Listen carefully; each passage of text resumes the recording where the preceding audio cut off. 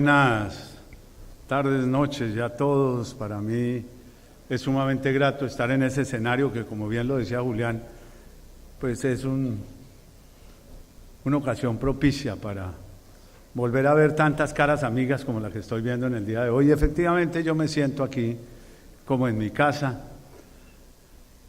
Yo fui miembro de la Junta Directiva de la Cámara de Comercio desde 2002, con una brevísima interrupción de un par de meses en el año 2014, asunto que ya está olvidado y que hace parte de la historia y que estaremos llamados a olvidarlo, porque eso no tiene ninguna importancia, pero me motivó inmensamente a lograr una designación por el apoyo de los empresarios, y a fe que lo logré, junto con mi distinguida amiga Leonor Serrano, quien era mi suplenta, que renunció, y con Gonzalo Serrano, que lo vi por aquí, con la suplencia de Álvaro Pachón. Y logramos un hito histórico, que es conseguir 2 renglones en la Cámara, que no es común. Yo no sé si es único, pero al menos no es común. Y estando de presidente de la Cámara de Comercio y de presidente de FENALCO, como es lógico, pues me llegó esta designación y tengo que decirlo con franqueza, no me la esperaba, no la busqué, no estaba dentro de mis planes, pero también era imposible decir que no. Y frente a la generosidad del presidente Duque de pedirme que lo acompañara en el cargo de ministro de Defensa, pues como gran honor y con algo de vanidad, digamos, lo que tuve que decir que sí. Uno, si dijera que no tenía ganas de ser ministro, pues estaría mintiéndose a sí mismo. Sí, es chévere eso de ser ministro, es muy trabajado, muy esforzado, pero eso tiene su gracia. Eso tiene su gracia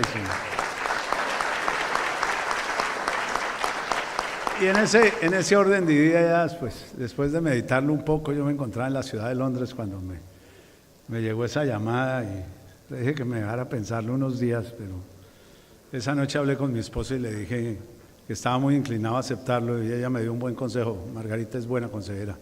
Me dijo: si le vas a decir que sí, lo llamas mañana, y si le vas a decir que no, también. Pero ¿para qué? Si ya te veo que estás diciendo que sí. Le dije: sí, me queda el problema de los hijos. Tal vez en una breve conversación que tuve con el presidente Álvaro Uribe Vélez, que es mi amigo y me precio de ser su amigo también, y entre las vanidades tengo el que me haya honrado con su amistad, tanto él como Lina y sus hijos. Pues le pregunté: oiga, presidente, me sucedió esta circunstancia, pues siempre tengo ahí problemas familiares. Me dijo: no le voy a preguntar a la familia porque le dicen que no. Y entonces, efectivamente así lo hice. Solo les notifiqué y no les pregunté. Y bien, aquí estoy. Llevamos ya tal vez 33 o 34 días que han sido eternos, porque el trabajo es intenso desde muy tempranas horas en la mañana y termina uno a altas horas de la noche, pero la verdad yo estoy satisfecho. Ahora bien, Julián, esto no me lo esperaba. La verdad me siento inmensamente honrado. Como ustedes saben, yo llegué a la Cámara más por romanticismo que cualquier otra cosa, como una manera de evocar a mi padre, que fue tantos años miembro de la Junta Directiva de la Cámara de Comercio de Bogotá, años enteros estuvo don Lorenzo en esa junta y le gustaba, a fe que sí, épocas de nuestro buen amigo Reinaldo Kling, de Alberto Galofre Enríquez, de tantos amigos que ya se fueron, muy pocos quedan de esa época, y a fe que yo quería estar allí. Y bueno, pasé este tiempo que se pasó rapidísimo, esos 16 años que fui miembro de la Junta, y estoy aquí prestándole un servicio al país. Yo siempre decía en varios discursos de FENALCO que no había nada más peligroso que un presidente ejecutivo con una oficina cómoda y un buen ventanal mirando hacia afuera. Verdaderamente hay que salir y de verdad lo hice, visitando seccionales, reuniéndome con tantos comerciantes, muchos de los cuales están aquí presentes, porque FENALCO tenía esa peculiaridad, que tenía presencia en las diferentes cámaras de comercio. De allí que yo tenga tantos amigos. Y la verdad, recibo este homenaje como algo sentido. Muy bien, ahora sí me voy a referir a lo que es mi trabajo como ministro de Defensa. A mí me preguntan, bueno, ¿y usted qué siente? Y les dije, miren, esto hay que hacer un análisis que es como sencillo. Uno se para como en el centro del país y se sube 100 kilómetros y alcanza a divisar el país completo. Si uno tiene esa altura, claro está. Y uno mira el conjunto y encuentra un país con un verdor absolutamente maravilloso, con una isla o con un archipiélago como el de San Andrés, tal vez el departamento más grande de Colombia, con unos mares absolutamente espectaculares. Y eso es lo que yo veo. Y la primera misión es garantizar la soberanía nacional, y esa soberanía está garantizada. Yo de eso les doy aquí fe, que eso es así. La soberanía nacional está garantizada. Tenemos un monitoreo permanente sobre las fronteras y tenemos unas fuerzas que tienen capacidad de responder en cualquier caso. Nosotros no somos provocadores ni vamos a tener, esperamos, incidente alguno, pero somos conscientes que la situación de Venezuela es una situación sumamente compleja. Y frente a ese desorden y esa crisis que están viviendo, muchos gobiernos buscan agredir a sus vecinos como una manera de resolver su problema interno y volverlo un problema externo. Motivar el patriotismo es una estrategia que conocemos, no nos vamos a dejar provocar nunca, pero la soberanía nacional está garantizada. Y del otro lado tenemos un país rural que representa algo menos del 30% de la población. Y dentro de ese país rural encontramos una maravilla de cultivos lícitos, absolutamente espectaculares: café, caña de azúcar, palma de aceite, maíz, sorgo, soya, ganadería, lecherías, prácticamente toda la producción del país. Este es un país bastante suficiente en alimentación. ¿Qué no tiene? No tiene productos que son típicos de las zonas templadas, hemisferio norte y hemisferio sur. Nosotros no producimos lenteja, no producimos garbanzo, no producimos arveja, no producimos trigo, no producimos cebada de manera competitiva, porque los países de las zonas templadas tienen unas condiciones climáticas de verano e invierno que hace que tengan unas grandes producciones que nosotros somos incapaces de igualar. Comparar un cultivo de maíz en Colombia, por más desarrollado que esté, contra un cultivo de Kansas es prácticamente un imposible. E importamos unos 12 millones de toneladas de alimentos, 12.500.000 para ser más claro. Y de esos 12.500.000 toneladas, la inmensa mayoría es un alimento indirecto. ¿Qué quiero decir con eso? Que son productos que se traen para ser transformados como concentrados, que a su vez producen el pollo, los huevos, el cerdo, la leche, en fin, toda esta variedad de especies animales que se alimentan de unos alimentos concentrados. O sea que no nos preocupe en ese sentido. Entonces, ¿qué es lo otro que tenemos que hacer? Garantizar la seguridad en los campos como un mecanismo de obtener una seguridad alimentaria. Ese es el punto, esa es la esencia del problema. Y luego del otro lado, y ya me devolveré, y luego del otro lado tenemos unas ciudades donde tenemos el 70% o algo más de la población que hay que garantizarle la seguridad ciudadana. Y esa es la otra misión, y hay que hacerlo decididamente. Pero todo esto sería una maravilla a menos que no encontráramos los siguientes fenómenos. Unos narcocultivos que están absolutamente desbordados. En el año 2013, en este país había 48.000 hectáreas sembradas en coca. El dato último que tenemos son 209.000, pero aquí, y lo digo públicamente, esto va en ascenso, esto no va en descenso. Vienen unos crecimientos de unos cultivos detrás que podríamos estar en 240, en 250.000. Esto no se había visto nunca en Colombia. Cuando se montó el Plan Colombia con los Estados Unidos, los cultivos estaban alrededor de 120.000 hectáreas. Aquí estamos exactamente al doble. Y eso es contra lo que tenemos que luchar, porque esa es la fuente de todos los males que estamos viviendo. Estos son los que están originando la inseguridad en los campos y la inseguridad en las ciudades, porque son organizaciones criminales que están dedicadas a proteger su negocio.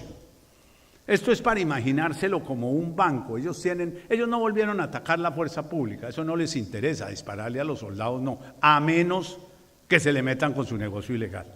Y su negocio ilegal está en 5 campos. En primer lugar, los narcocultivos como materia prima para la producción de cocaína. Tenemos un estimado de que este año podríamos cerrar con 980 toneladas de producción. Veníamos de unos niveles de 500.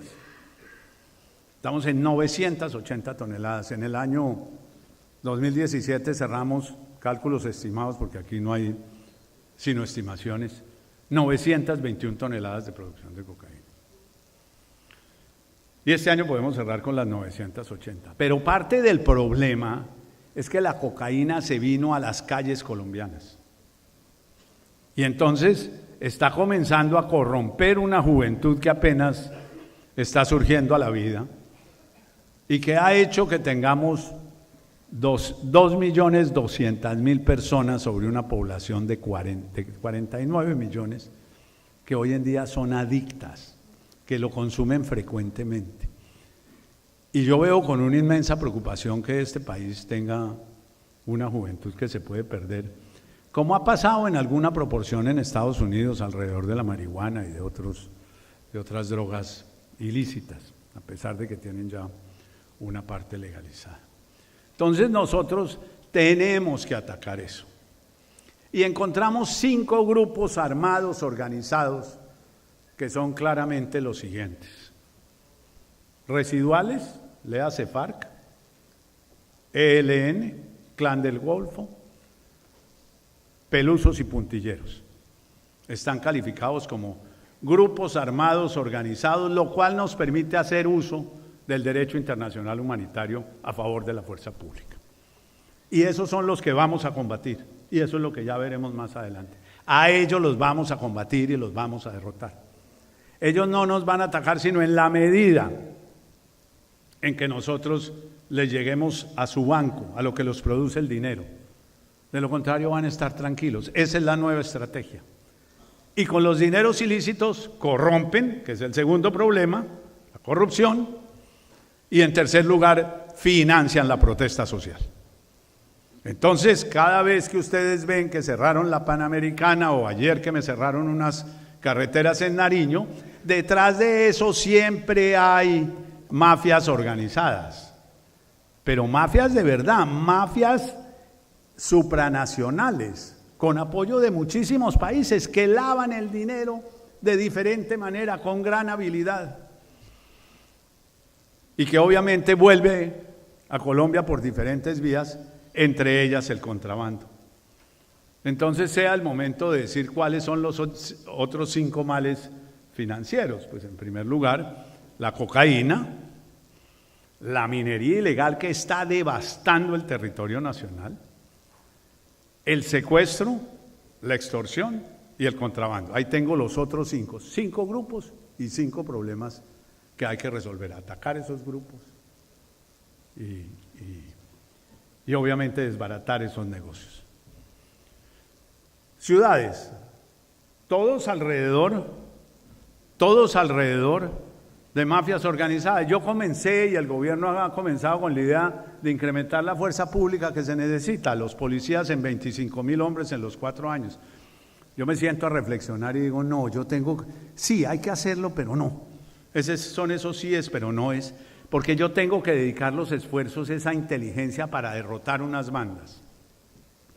Si a mí me roban este celular en la ciudad de Bogotá o en la ciudad de Cartagena, no importa, en cualquiera de ellos dirán, esto es un iPhone 6 y eso está tarifado. Yo me imagino que debe ser como en un cuadro ahí, iPhone 6 los compran a 50.000, Samsung Galaxy 8 deben ser a 70.000, computador Mac de tales características a 200.000, y así sucesivamente con una cantidad de bienes, porque no de otra manera se explica que puede haber esa cantidad de robos, porque esas personas que roban o que bajan a una persona de una bicicleta ya tienen un mercado asegurado y acuden a esas organizaciones a que se los compre y de eso se lucran, y ahí comienza una cosa absolutamente perversa que seguramente se exporta, por lo cual digo que son mafias supranacionales, porque en el país no hay mercado para todos los celulares que se roban.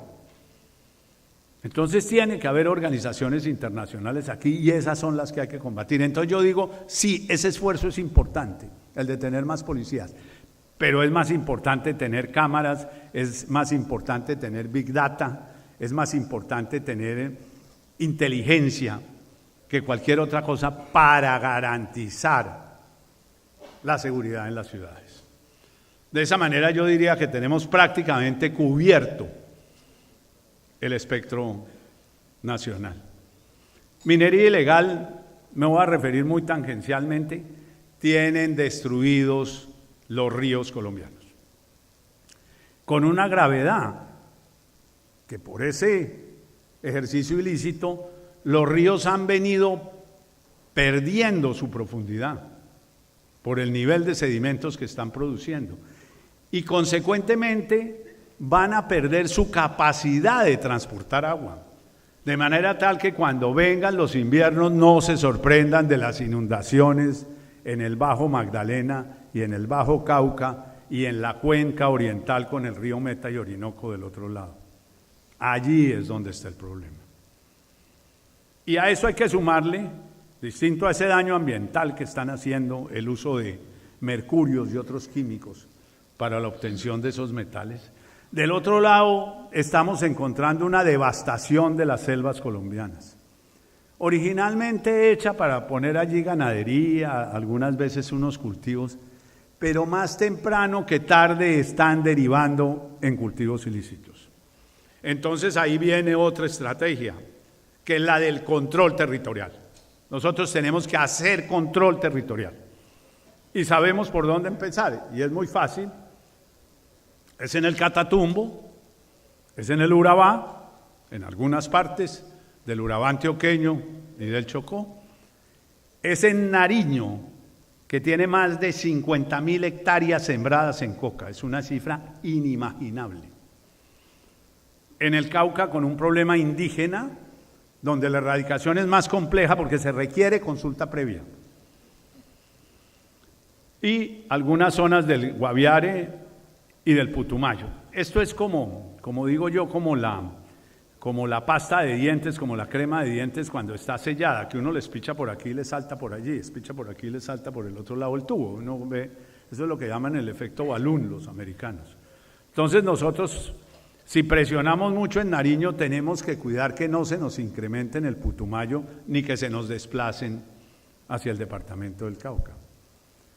Y lo que más preocupa a algunos, como el caso de Santander, que Santander es un departamento libre de cultivos ilícitos y no tiene problemas de orden público, de grupos armados organizados, de los GAOs célebres, pues no quieren que se le pase ni el mal vecindario que tienen con Antioquia, ni el mal vecindario que tienen con Norte de Santander.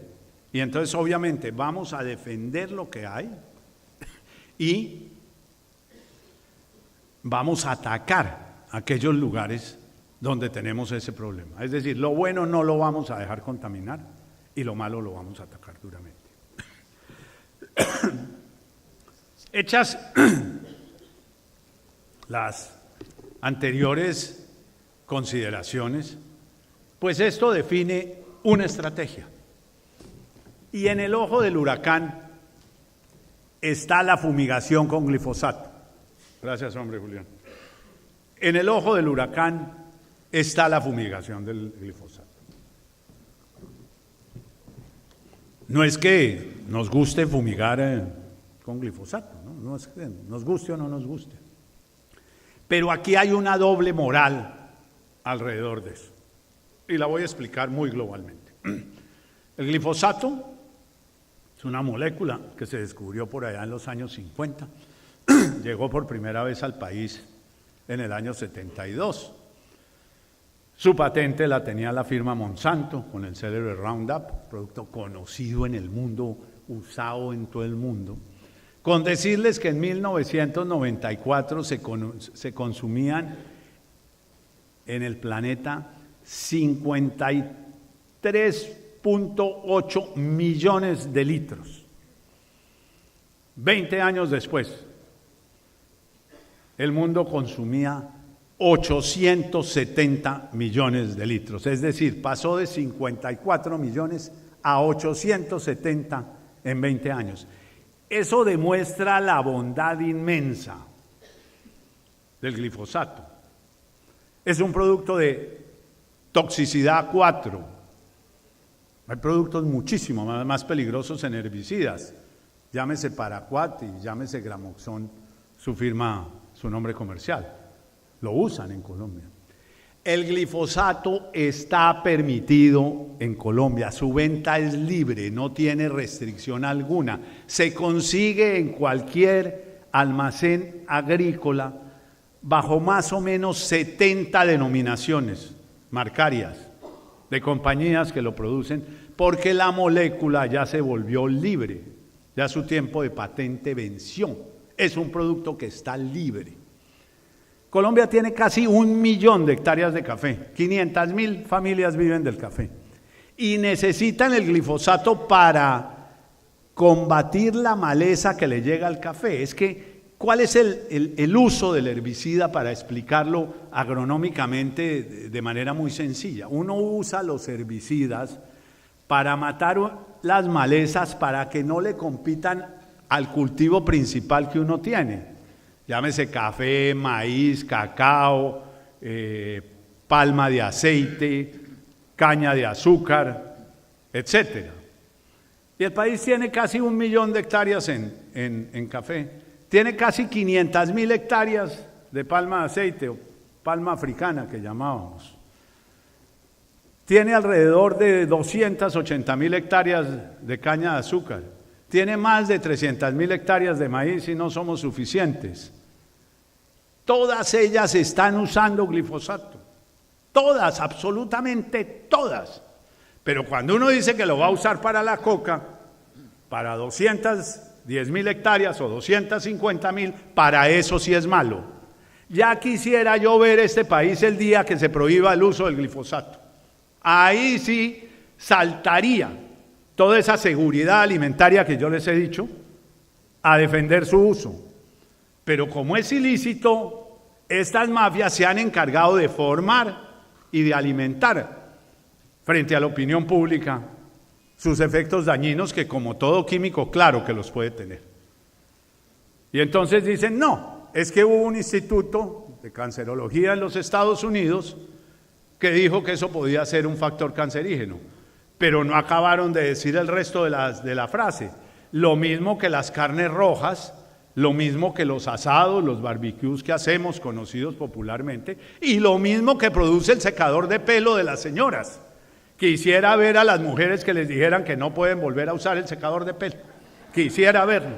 Y esa es la doble moral que nosotros no podemos entender. Claro, la aspersión aérea se suprime como política por unos acuerdos que firman en algún momento para no fumigar. Y luego viene un pronunciamiento de la Corte Constitucional que no lo prohíbe, sino que dice, usted me tiene que cumplir estos 5 protocolos, que algunos piensan que son 6, porque hay un hijito que se deriva de ellos. Aquí están esos 6 protocolos que usted tiene que cumplir para que pueda fumigar aéreamente. Del momento en que se suspende la fumigación aérea a hoy, la agricultura inteligente ha cambiado fundamentalmente. Es decir, la velocidad, la curva de avance en el mundo es impresionante. Y es impresionante en términos de fumigación, con ultra bajo volumen, con unas gotas de 400 micras, que parece un rocío, como para tratar de explicarlo, con unas eficiencias en las mezclas y unos adherentes que hoy en día son poderosos. Y eso sería la tecnología en el caso que decidiéramos volver a la fumigación aérea. Tenemos una erradicación voluntaria. Esa erradicación voluntaria está condicionada a 76.000 familias que firmaron un acuerdo y que van a recibir un estipendio por erradicar. Ese contrato o esos contratos se van a honrar, claro que se van a honrar, aunque sea sudando sangre, porque verdaderamente las finanzas están en problemas. Pero ese es tema del ministro Carrasquilla y no mío.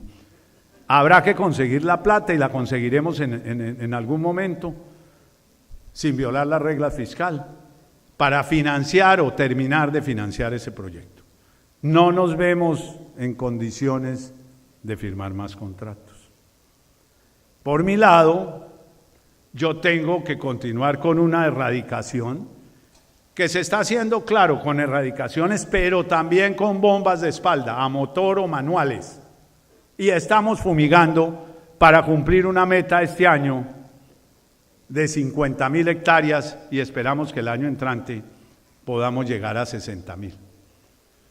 La nueva oficina para la normalización, antigua oficina del comisionado Rafael Pardo, tiene que comprometerse a erradicar otras 20.000 hectáreas para completar este año 70.000 y el año entrante 80.000.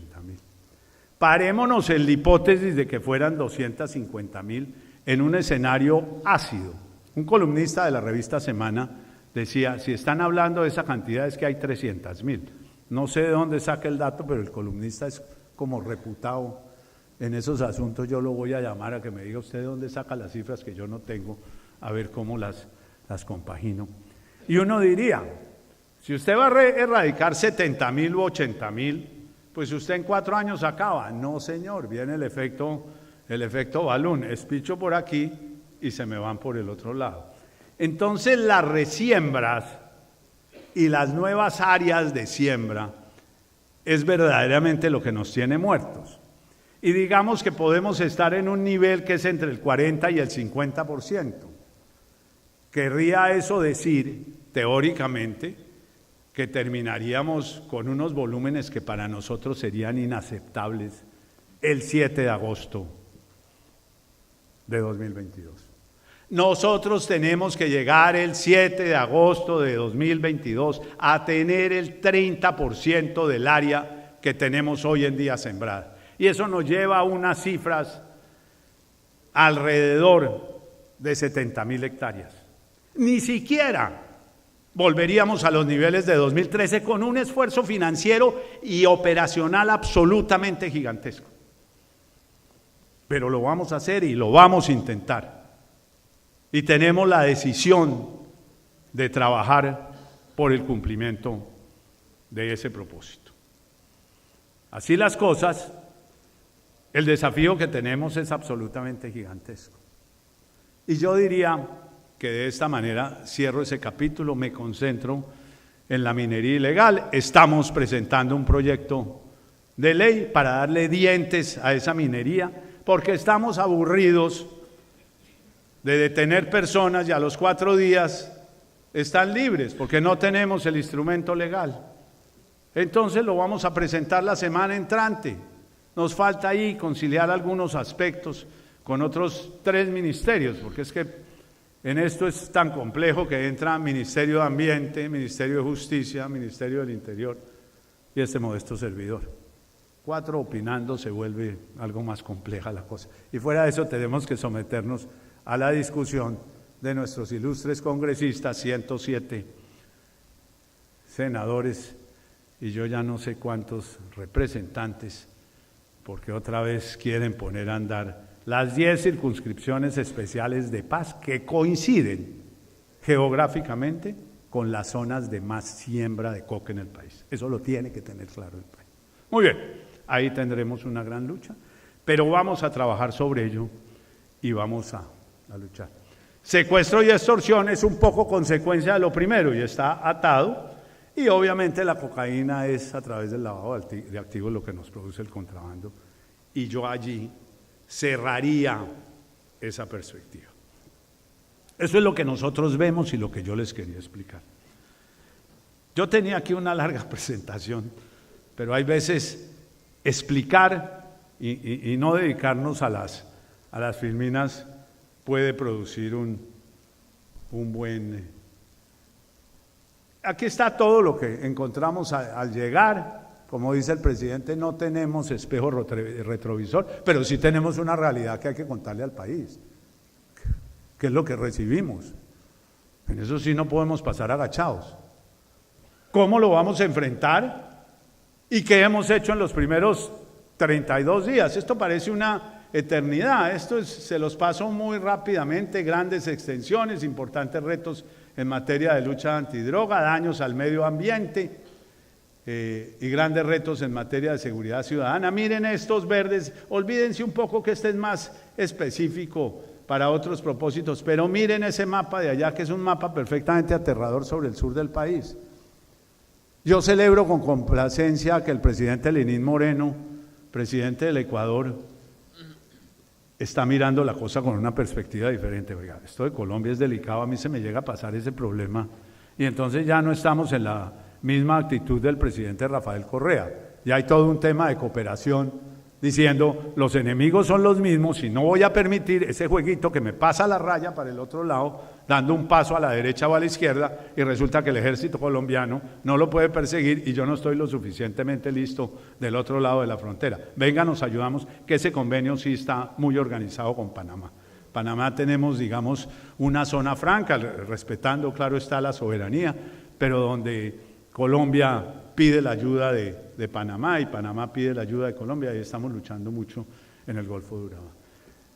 Aquí lo ven ustedes y eso explica claramente lo que está sucediendo. Por eso les decía, miren la situación del Guaviare con relación al Guainía, que esa es una de las grandes preocupaciones.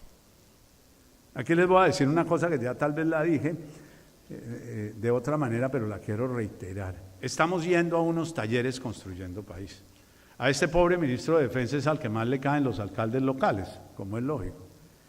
Y comienzan por el primer punto, microtráfico. Estamos locos, ministro, con el problema del microtráfico. Si usted no nos ayuda, estos niños de 10, de 12, de 14 años van a acabar totalmente adictos y necesito el apoyo de la fuerza pública. Esa es la queja permanente, sistemática. De cuanto alcalde me he reunido de poblaciones de menos de 100.000 habitantes, por ponerle un techo. En materia de narcotráfico, vamos a ir por encima de ese 50%. A julio se habían erradicado 28.876 hectáreas, corresponde al 41% de una meta, de un acuerdo que se llama el documento blanco. Esta es la extracción ilícita de minerales, cómo la hacen, todo lo hemos visto. Paso muy rápido por ellos porque yo sé que ustedes tienen unos compromisos sociales y unos cócteles que no se los quieren perder, y los estoy haciendo, estoy dilatando esa servida. En materia, lo que encontramos era una tendencia al alza de los muertos por 100.000 habitantes, incrementos en las cifras de hurtos, aumento en el número de denuncias por delitos comunes, desarrollo de importantes operaciones contra los grupos de delincuencia organizada. Y aquí hay un punto que es esencial explicarlo. En el año 2017, en el mes de agosto, entraron 6 delitos para hacer posible su denuncia virtual, online. Eso aumentó significativamente la estadística de delitos. Eso tiene un sesgo porque antes existían, pero no estaban denunciados. Entonces yo digo que hay que hacer un año base 2018 para esos 6 delitos y en el año 2019 compararnos, como quiera que entró en agosto de 2017. El doctor Néstor Humberto me ha dicho que vamos a meter 7 delitos adicionales en el curso de un par de meses, completaríamos 13 delitos, y para esos nuevos el año base sería 2019, lo cual nos permite mirar objetivamente las estadísticas, que ese es su propósito. Esta es la caracterización, esto ya se los conté, los 4 más 1, 5. Esto tiene importancia desde el punto del derecho internacional humanitario porque nos permite actuar con contundencia. ¿Y cómo lo vamos a enfrentar? Las economías ilegales, la defensa nacional. Y hay un punto que no me he referido que también encontré. Estoy dedicado a trabajar por el bienestar de las fuerzas. Necesito seguridad jurídica para ellos, que cada vez que están empuñando las armas legítimas del Estado no tenga ninguna consecuencia. Eso hay que hacerlo y habrá que hacer las modificaciones a que haya lugar.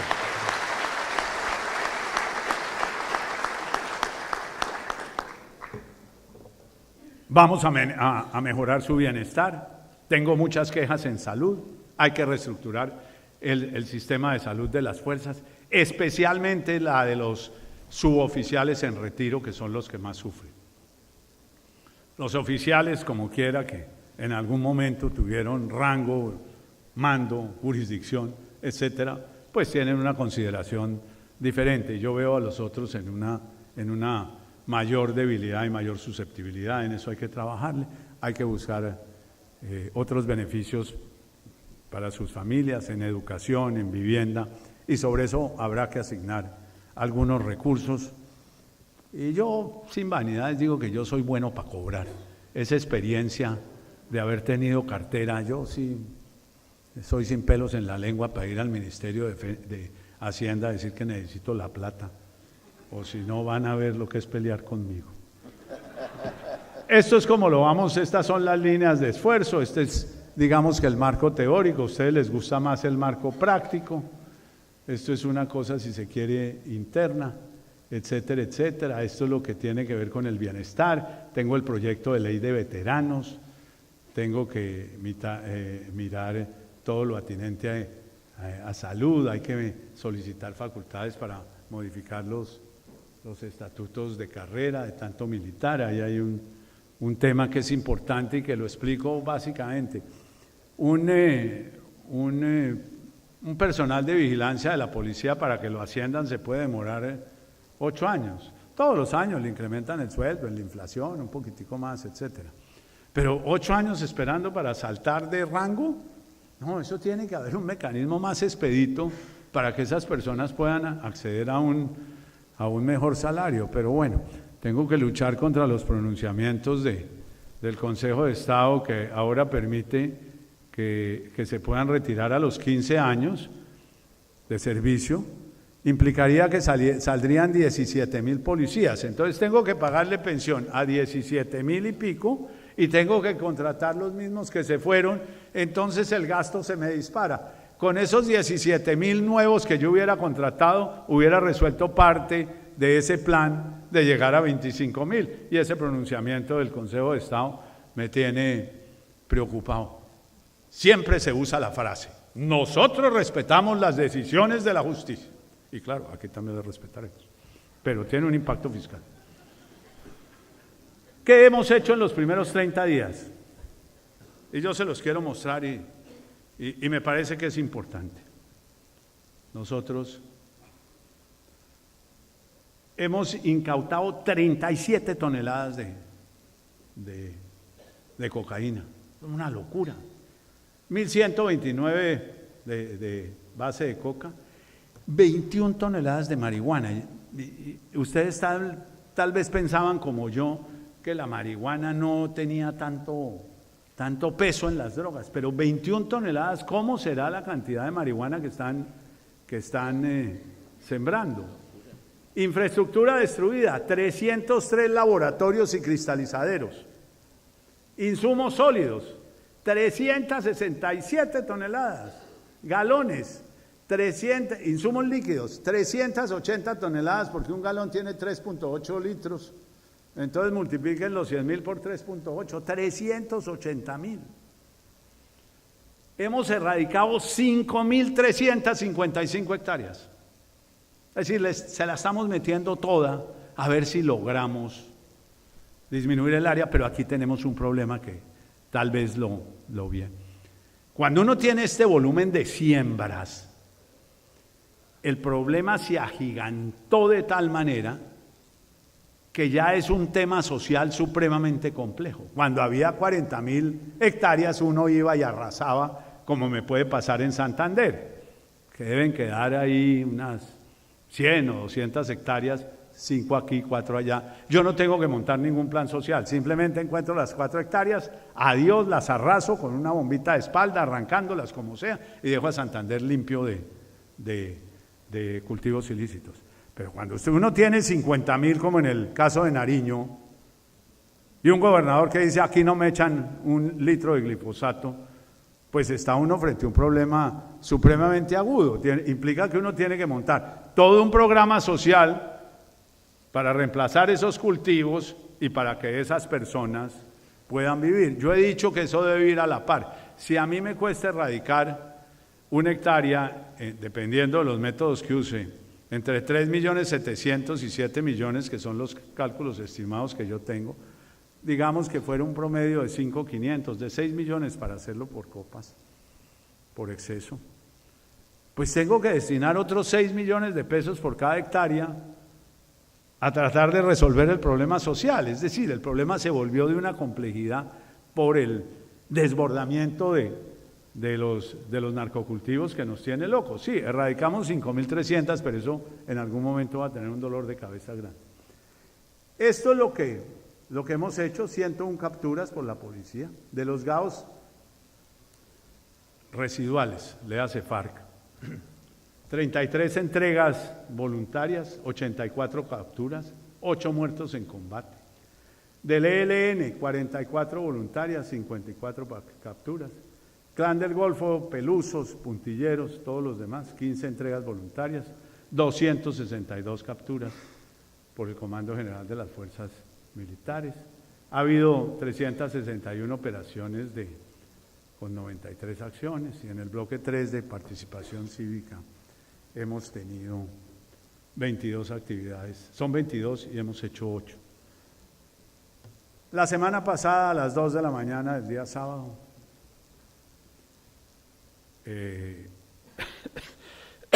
las fuerzas militares dieron de baja en el municipio de Nariño, corregimiento de San Juan, a un guerrillero, cocalero, lo que ustedes puedan llamar, que se llamaba David.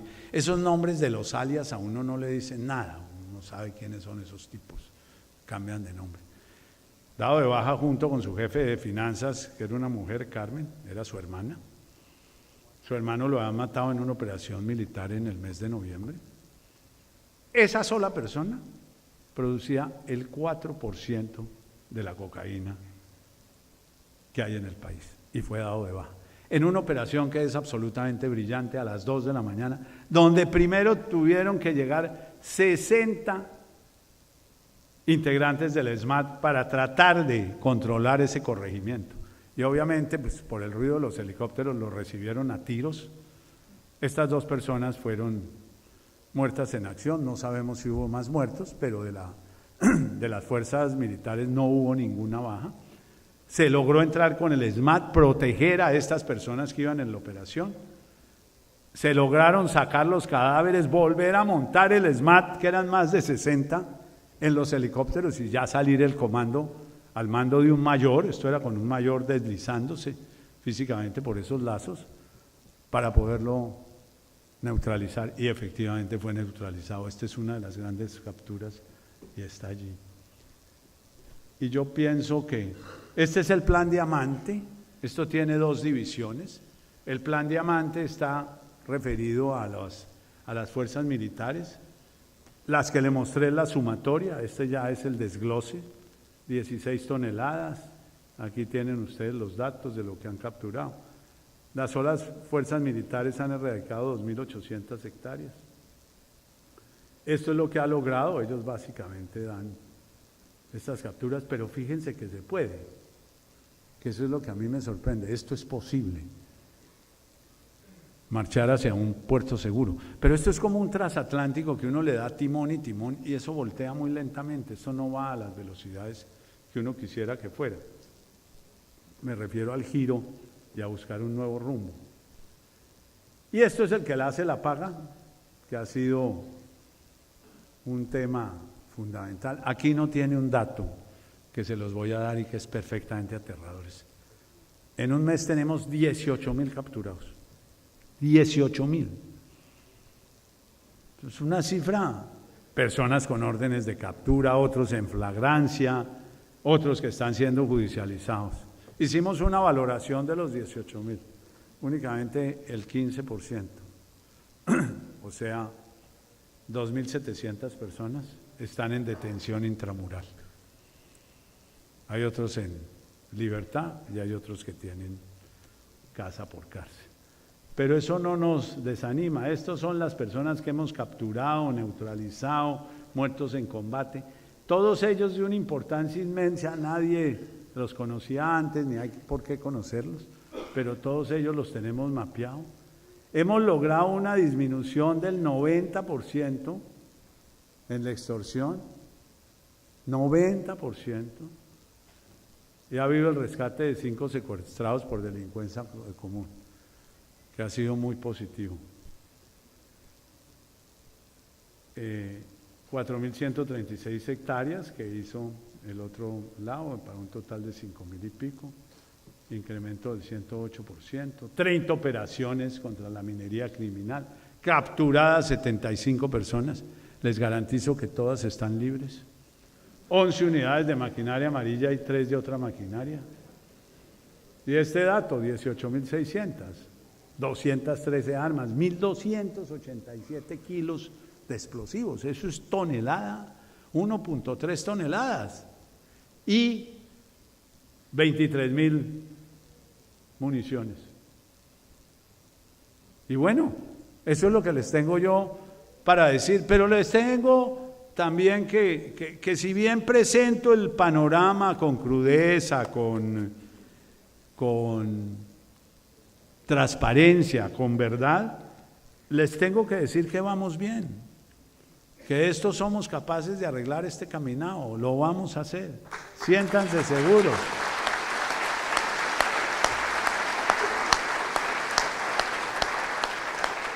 Y no puede haber desesperanza.